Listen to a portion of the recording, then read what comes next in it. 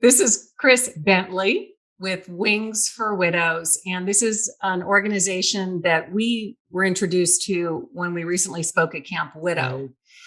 We love that organization. And then we met with your colleagues, Sue, and we wanted to make sure that our people knew what you were all about. So you can just take it over, Chris. Can you tell us how you created Wings for Widows and what your inspiration was? Sure. Well, thanks for having me. First of all, it's great to meet you. I've been reading about you, and so I am glad that you connected with Sue and Tampa, and that we're talking today. So, thank you for the opportunity to share our story. This is our 5-year anniversary. It doesn't seem like it's been 5 years, and quite frankly, most of the growth has come in the last year. So, a lot of building, a lot of work trying to get it right. And I kept telling our board, if we build it, they'll come. And they kept saying, well, gee, we only had 3 widows this year or this month. When are they going to? They're coming. We're having a very busy year. We're very excited about it. So I guess I'll start at the very beginning, how this all came to be. I'm a financial advisor by trade, after a couple of other careers in the corporate world. And I was always good with numbers, and I liked the idea of helping people. So it just seemed like a natural fit when I had an opportunity when I left Coke, and so I have been a financial advisor for about 15 years. And one of my colleagues, I'm at Ameriprise right now, and one of my colleagues that I become good friends with died suddenly at home, and he was 62. His name was Dave Lorian. And just by the grace of God or chance or whatever you believe, I inherited his family to help through this crisis as new clients. And that was the start of this journey. That was the very beginning. And that was February 4th, 2017. And so I helped his spouse, his wife, Leanne, throughout the year. And sometime early December, she was just sharing with me in the office that she felt, while she was still mourning Dave's loss, she was feeling very comfortable about the future. But she shared with me that in her grief share group, there were many other ladies that were not feeling comfortable about their financial future. And would I be willing to meet them and see if I could help them? And long story short, I did meet with them. We spent about 3 hours laughing, crying, hearing their stories, and hearing about the challenges of early widowhood. And even though I'd helped many widows over the course of my career, this was different. It was emotional. It wasn't business. It was just, women talking to Chris, and it was impactful. And so when I left there, after a lot of really good pastries, I vowed that I would find them some help. There must be someone out there that can help you, with these challenges. Well, so I got right to work, and there was no help, and there is still no help except for Wings for Widows. So what happened? I surfed the internet. I looked high and low for any sort of group that we could plug them into to give them the type of financial help that they were looking for early in widowhood, and there just really was nothing out there that was pro bono, that was free. Lots of advisors would bring you on if you had assets, but what about all those? I thought about, what about all those that don't have assets, that don't have access to professional networking, right? They don't qualify to work with a financial advisor. Where are they going for help? And those answers are very scary, and none of those answers provide them with truly professional help in the financial arena. Well, after learning this and understanding that, you can either help or you can, not, I realized that this was a calling that I was willing to take on. And so the idea of Wings for Widows was really a calling, and I've been working on many nonprofits. But truth be known, the secret here was I just read a Batterson book in my men's group, and one of those books was Chase the Lion, and it's about chasing your dream, right? Taking on a calling or a dream that was bigger than yourself. And so I've been looking for my lion for a long time, and I just hadn't found one. And so suddenly there it was, and I could do something or not do something. And so I decided to start Wings for Widows. So in January of 2018, I filed the paperwork, and Leanne, Dave's spouse, survivor, right? I asked her, I'm only going to do this if you'll be my secretary, because I need a secretary to sign the paperwork or we can't file a 501c3. And so that's what we did. And I thought of the name literally in the first hour of thinking through this. Once I realized this is something I wanted to do, and Wings for Widows just came to me because the idea, the vision, right, of being able to give a new widow wings to get her over that initial few months of financial trauma and helping her through that, giving her a path forward is what stuck with me. So we've never looked back. It's a beautiful story. And since we do work with widows pretty frequently, we have often heard stories about them, things they didn't expect, things that weren't put together correctly. And they really are looking for a place to go. They need some help. And they themselves are not in the best shape at that time in their lives. So they're even more impaired. It's a beautiful, I'm going to call it a ministry, but it's a beautiful service that you're putting together for people. And I can pretty much guarantee you're going to see some people getting referred through us. I appreciate that. Hey, we are very much a ministry. We are very much, at least the executive director, right, is very much called to this. But we've also made it very clear that our doors are open to all, so that we don't leave anyone behind. There are more than 3,000 widows created every day. And, we're building an organization that does not have that capacity today, that hopefully will have that capacity in the future. And there's been a fair amount of research done on the widow epidemic or the widow problem, which is, just as you said, widow fog sets in, life turns upside down, helter skelter. You just don't know where to start, because there's things to do, but you have no idea where to start. And unless you've ever been widowed before, and I wouldn't wish that on anyone, you don't know what you don't know. And there is so much to do. And if you don't have that professional advice, we think of ourselves as as an ER, right? We're an ER for widows experiencing financial trauma, right? If you broke your arm, you wouldn't set it at home. You wouldn't try to figure it out. You'd go get professional help, right? So in time of crisis, you've just lost your best friend, your spouse, maybe the breadwinner, maybe the father of your children. You're at the worst possible time in your life. There is nothing good about this experience. And therefore, what a time to ask for help. And it is a time to ask for help. What we found through some of our research is that many of them do ask the other widows in their grief group, right? So you may have experienced that yourself, but I know that that's happened. That's right. We bond at the level of our struggle. And so if Mary sitting next to me has lost her husband, I'm going to ask her how she handled this, that, and the other. Well, Mary may be very well equipped to answer those questions. Certainly she'll have an opinion. But what we have found is probably not the best place to go for professional advice. And no two situations are the same. And yet that's who they trust. And so finding someone to trust when you don't have a trusted ally or a trusted advisor is really key in this. And 70% of widows today do not have a trusted advisor or professional network they can go to. It's a huge number. So just if there's 3,000 women becoming widows every day, that's 2,100 do not have a professional network.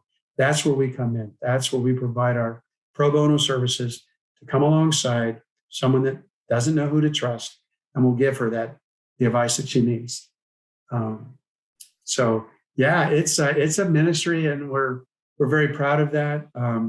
But we also want to be clear that we're open to everyone, believers, non-believers, all faiths, all genders, all orientations. So everyone needs help, and sure. You are everything. I know you're like me. We're nodding our heads with everything that you are saying, Chris. I mean, We relate. we relate. Everything you say resonates with us. We see the need. And this is why we got so excited about sharing this resource. But I've experienced it myself. So it really rings true for me, because my husband died suddenly and I was out of the country when I got the call. And we were just talking about this today, that within 20 minutes of him dying, my whole world turning upside down, and all of a sudden, in the midst of being totally distraught, it's, do we have enough life insurance? What am I going to do for medical insurance? Am I going to be okay financially? Do I have enough cash to get by? I mean, I went there in the midst of being so disoriented. I went right to my financial well-being. It was that scary for me. And then later on, when I did try to go seek help, I went to financial advisors, right? And every single one of them told me something different. And every single one of them wanted me to invest with them, which I'm not saying any of them were wrong at all. They were probably all very good people. But Chris, I didn't even know what they were saying. Right. I remember saying, I don't even understand. You're saying, okay, you're predicting 30 years out, and you're showing me I have this, and I'm going to have to work this many years, and I'm not particularly smart, but I should be able to understand this. And I would just say, I don't know what you're saying. I don't know what this means. And I didn't know if I could trust them. And I probably went to 5 different advisors, and they give me these big binders of everything, but I didn't understand. And so I didn't do anything. So I didn't do anything. And if I hadn't known you were there, does that make sense to you? Do you hear those kind of stories too? Yeah. And because I am an advisor, I used to think I was really good when this happened, right? Very sensitive. My mom was a widow, I helped her through all of those wickets. And, I thought I had a pretty good handle on it, but it's nothing like what we do today. We built our entire process around the needs of our client, the needs of a widow. What she is not interested, when her world gets turned upside down, she is not interested in whether she's allocated 20% in bonds or 30% in bonds. Are you kidding me? That's not what she cares about. Yeah. And to your point, right? And it's just so silly, because there are so many other important things that need to be done first. And so we built our planning around tackling those big items first, to create some value, some trust right away, and to make sure that our client, our widow client, knows that we're listening to her. So one of those questions is, right, what's keeping you awake at night? What is your biggest fear right now? Forget everything else. Just tell us what you're afraid of right now. Well, I got this letter and I don't know what it means. Good. Let's talk about the letter. Let's share, can you share the letter? And that's so important. It's like, let's put out a few fires, because if we can provide some value, we're building trust from the first meeting. And we don't solve all the problems, but we believe that what our big mission is, again, if you think of the ER, is to do enough to empower and provide encouragement and enough advice and education, so that at the end of 2 months, which is generally how long we work with someone, maybe that's 3, 4, 5 sessions, about 90 minutes each. By the time they're done, they have financial clarity. We always say you need financial clarity before anything else. Before you can focus on your grief or helping your child, you need to understand, can I live where I'm living? Do I have enough income coming in? What are my benefits, right? You don't really care about what you're invested in. You just want to know, am I going to be okay? Yes. So what are those questions? What do you need to know to be okay? And you really, in the early days, you'll recall, you have widow fog, right? You can't orientate. It's all too much. And then there's, the funeral, and there's all these things you need to focus on. We don't even really like to work with widows in the first 3 months, because it's too soon. You need to get some distance from the loss, where you can say, okay, I'm really angry, I'm really sad, but okay, I'm ready to do something. Tell me what I need to do. That's where we come in. And we don't just tell you what you need to do, because you can get that on the internet. You can Google checklists for widows. There's lots of them. But we tell you how to do it. We tell you what's important. We establish priorities for each client because they're different for all clients at the end of the day. And there's always something. It could be a medical bill. It could be ownership. It could be foreign property. There's always something that makes each client unique. And so we cater to that. We don't, it's not cookie cutter, but we know what the common questions are, and we get those answered. And so we provide this clarity, and with clarity comes control and confidence. Oh, I get it. I get what I have. I get what I need to do. I know where to go from here. And that's when we send them on their way, knowing that they can always come back to their coach and ask questions. Again, if we can provide that financial clarity, right, by giving them, an understanding of where they are and where they need to go, and what are those items that they need to accomplish, because some of them are common and some of them are unique to their situation, then they feel confident that they can do this. We still follow up with them even a year afterwards. We're still checking in on them. They always have an opportunity to come back and ask questions. If they run into a snag, it's not one and done. We're here, but generally after that fourth session or so, they're ready to go. They feel confident enough to move forward on their own. And it's very exciting, very rewarding, to see them gain that confidence in such a short period of time. Now I'm presuming you're a national presence, and you're probably doing a lot of virtual meeting with people, or are you meeting face to face, or how does that work? Yeah, well, when we started, we were face to face, but that was pre-COVID. And so, we had an office and we would meet with clients, and it was all local. And, as we were figuring this out, and I was really the only coach for the first 2 years, I coached everyone. Mm-hmm. And sometimes engagements were short and sometimes they lasted for 6 months, and I made house calls, and it was all very, it was all about learning and figuring it out. Well, then COVID happened. So we knew that, and by the end of March, we knew that we weren't going to be meeting with people anymore. And we weren't prepared to meet with them remotely. We had never heard of, Zoom, right? I knew Skype, and that was about it. And so very quickly, we wrote a manual, a new Widow's Guidebook to Financial Wellness. We were using checklists up to this point. I was developing those, but I hadn't actually written a book. So we went to Amazon Press, and I wrote the book. And in 3 months, by August, we had a book to send to the widows, so that our coaches, who we were then figuring out, by that time we had figured out how to use Zoom, everything went virtual. We had always planned to go virtual because that was the only way to build scope, to work with anyone outside of our local market. We knew we would need to scale up remotely. It just came 2 years earlier than we were planning for it. So in a way, it was a silver lining. So by April, we were working virtually, emailing them the checklist and working through the checklist. But by August, we were actually mailing them the guidebook. And then the coaches, at that time, we had about 8 coaches, were using the guidebook and working with the widows through the 4 sessions with the guidebook.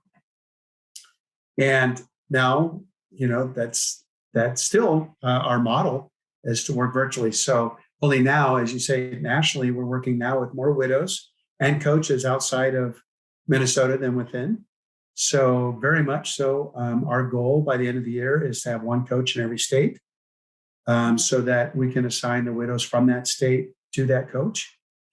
Some states like Texas, Florida, New York, some states where we have more reach. We need more coaches more than 1 coach, and we have that.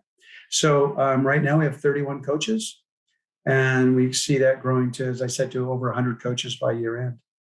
And the demand is there. We have now about a 2-week wait for coach, and we're trying to improve on that. So we're rapidly bringing coaches in, getting them trained up, and getting them, working with clients. So now, what does a coach look like? Is everybody a financial advisor, consultant, or how does that work? Yeah, they're all under 7 feet 2 inches. So men and women, they all come from the CFP community. They're all certified financial planners. Uh-huh. They all are board certified. They're the best. They're the gold standard in our business. Wow. We had tried with other folks, nothing wrong with that, but we didn't have an avenue for recruiting. And we have a wonderful avenue working through the Foundation for Financial Planning is a nonprofit that their mission, right, is to bring financial planning to those that don't have access to it. So when we discovered them, we were out on our own for the first 3 years, but we discovered them at the end of 2020. And so in 2021, we started working with them, and that was an aha moment for us. And because it just made it so easy. They support organizations like us trying to do financial planning with audiences that need it. And there are 16 nonprofits working with the Foundation for Financial Planning, but that's where all of our coaches, they all come through their pro bono advisor match program. So if you're a CFP and you're licensed and you want to do pro bono work, that's the way you do it. You come through there. There are, like I said, 16 organizations looking for coaches. They're all a little different.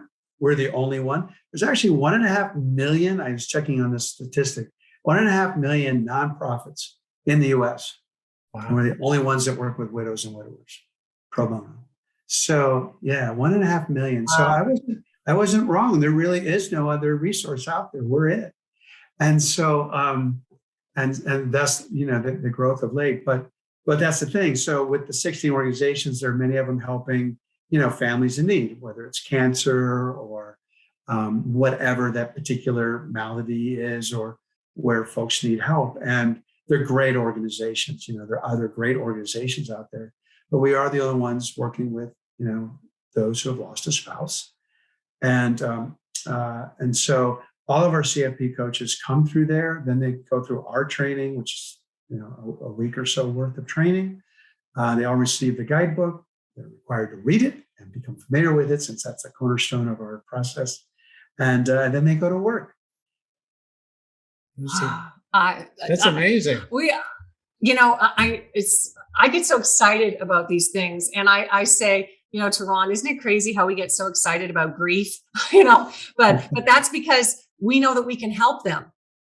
And I that's what I see in you, that same excitement that, here you are dealing with widows who are overwhelmed and suffering and struggling emotionally and in so many ways. But it's exciting to work with them because you can help them, and you've got this resource, right? Right. It's so rewarding. I know it, because we can help them, and we do. And the testimonials speak to that, I can't, as so many start, oh, I'm so glad I found you. Like, I'm so glad that somebody referred you to us. It's like, where have you been? My mother would have loved you, It's some of that, like, where have you been? And so, yeah, the need is huge. And it's so rewarding, and, to get those kinds of that sort of response back. And particularly around grief, we just feel that we're the first stop. We know that they need to deal with their grief, and that grief, right? That grief journey lasts a long, long time. And there is so much need for what you're doing, right, to help folks cope with that. And but we think that it's really hard to focus on that if you're worrying about, right, while you're trying to talk to you and understand, right, all these good things I can do to help me combat that and live with it and work through it and grow from it, and all those wonderful things that it gives us an opportunity to do as well later on. But right in the beginning, it's like, you've got to get this financial clarity, because you can't be worrying about money when you're trying to deal with grief. You've got to get these things fixed and have some sense of control over your life. And then, right, you're in such a better spot. And we saw it. I was wondering then, who, for instance, would be, and I don't think you have a typical person that you work with, but just if you were talking to any widows right now, would you say, hey, you'd be a good fit for our program if, and then maybe you could tell us how they would get started and what it might look like. And we know it's different for everyone. You say you personalize it, but. Yeah. So, let me start with who comes to us. Everyone comes to us who has a need. And so if as I said before, if you don't know, if you've never been through this, you probably have a need. Some may have been running the home finances, so they feel less out of control, but there's all the other things, right, that they may not know about.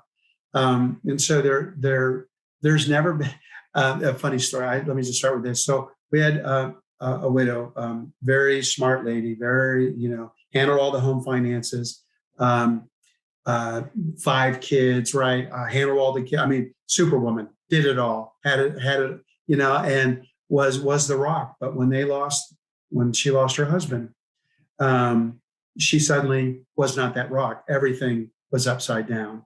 And she felt out of control, even though she's a great mom and a great wife and ran the finances. It's just that sense of loss is so overwhelming. Then you feel that you're falling head over heels. But so when the time was right, it was about 4 months she came to us after, but right about the right time, usually between 3 and 6 months after a loss is a really good time to get started with Wings for Widows. So it was perfect. But she came to us and she said, I just have one question I need help with. I don't need coaching, just one question. So, okay, well, we're going to assign you to Chris. I was still coaching in those days. And so we got on our first engagement, our first meeting, and maybe our only meeting, because she only had one question. So she asked her question. And it was a very good question. And so I answered the question. And we were done in about 30 minutes. Usually they go for 90 minutes and usually for, like I said, for several months. So I said, so you probably pulled your credit reports, right? You've checked all that. You know that, there's been no funny business and you've looked over your, right? And I asked her a number of questions about what she had or had not done with her credit history and her credit reports. No, she hadn't done any of that. So I explained to her why that was important for her to do that. Okay.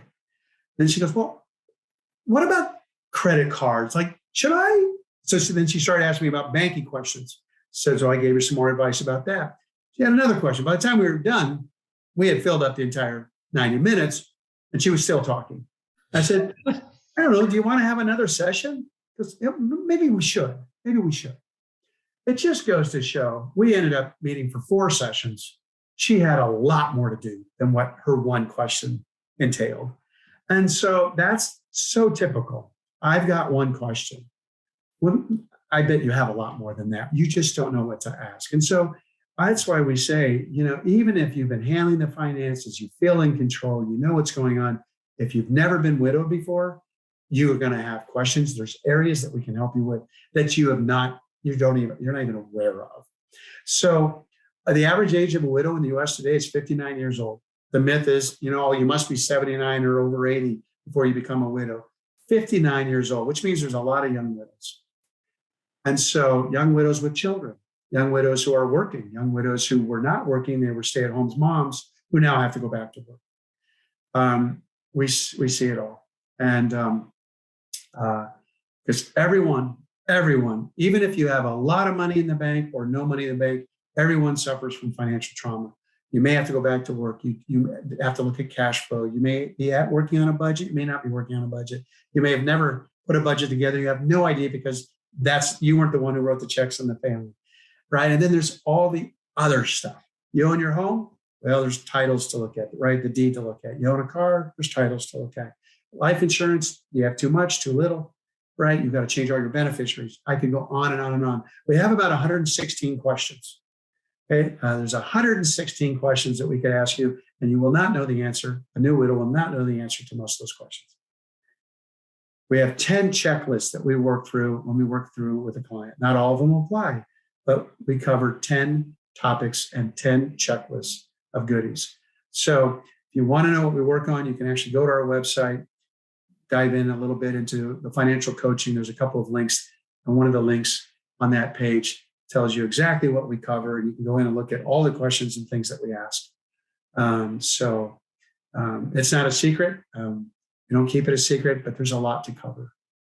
And we're going to make sure that we include it underneath the video, but tell us the website again. I think it's obvious, but let's go ahead and say it right now. Sure. Wingsforwidows.org.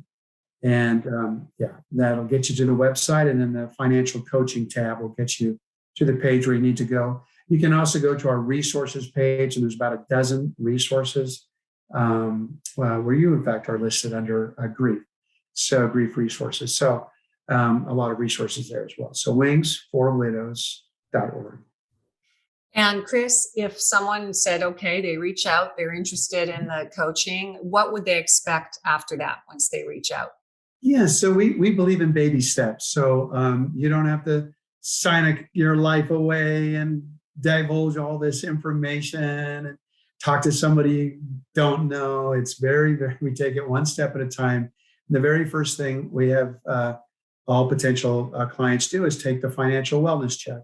It's a 35-question quiz. You're not giving up any numbers or anything like that, but it's to help someone understand what they know and what they don't know and where they are in their journey.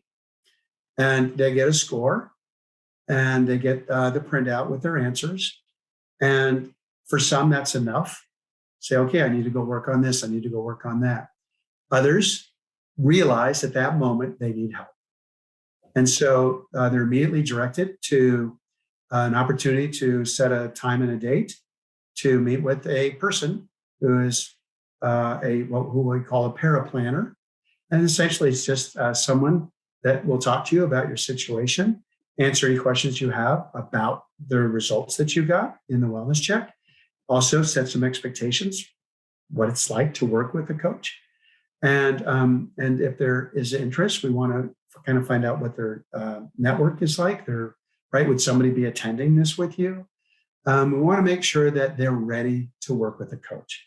So they have their method for asking the right questions to understand where this person is in their journey, and to make sure that they're ready to work with a coach. They're ready to go to work. Because the coach doesn't do all the work for the client. The whole point of empowerment is being there, right, stepping along with you side by side, holding your hand where we need to hold your hand, providing advice and guidance, but you do the work. Because if you do the work, you get the satisfaction and the confidence from having done that work. And so that's our process, is to walk alongside you as someone, as a trusted resource. So before that ever happens, you'll talk with this person and understand that you're ready. And we learn more about you as well, particularly about what's keeping you up at night. And then that information, along with the wellness check, if you want to move forward, is provided confidentially to the coach that we've assigned to you, the coach that we've chosen for you. We have criteria for assigning a coach to you, based on age, based on situation, based on the state that you're in, and a couple of other qualifiers that we use internally. But that's really to just make sure you get a great coach. They're all great, but a coach that you would relate to the best. Sometimes it's a woman, sometimes it's a man. But we use that initial information to make the best assignment that we can. We must be doing it right, because nobody's ever asked for another coach. So we're excited about that. And we have a lot of coaches to choose from, as I said. And then once that has been done internally, we introduce you. The coach will reach out to you and set up the first appointment. And by that time, you've received your book, your wellness guide. Thank you so much. It's such a vulnerable time. Part of what we do, right, is helping them become less vulnerable. Right? It's such a vulnerable time, particularly for women, but all widows. And so, your friend who spoke earlier, you were talking about earlier, I'm not going to make any decisions. That's sometimes not a bad idea initially, because you just don't even know where to begin. Right.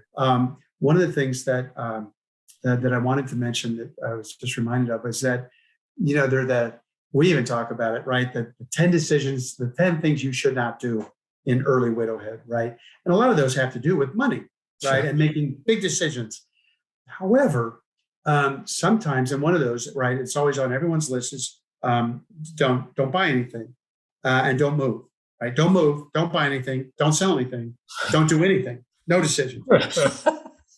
The problem is, reminding me of your friend, the problem is that sometimes those decisions have to be made early, and really sort of dire situations where there aren't the savings, there wasn't the 401k, there's a small, maybe if any, small insurance, that may be all the money in the world.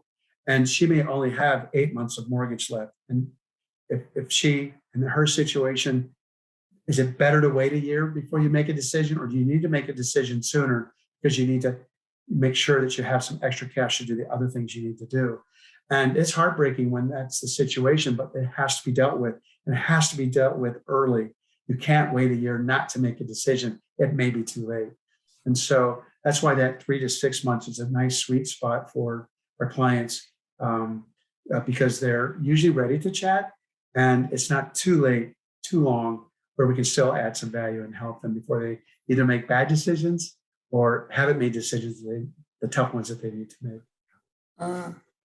Wonderful. Great. I think, wow, can you think of anything else that No, our audience should know? I think you covered it. Yeah, well, I think what they know now is we know where to go. Yeah. And I it'll love be that great to be able to make sure we've got that resource on there, and then we can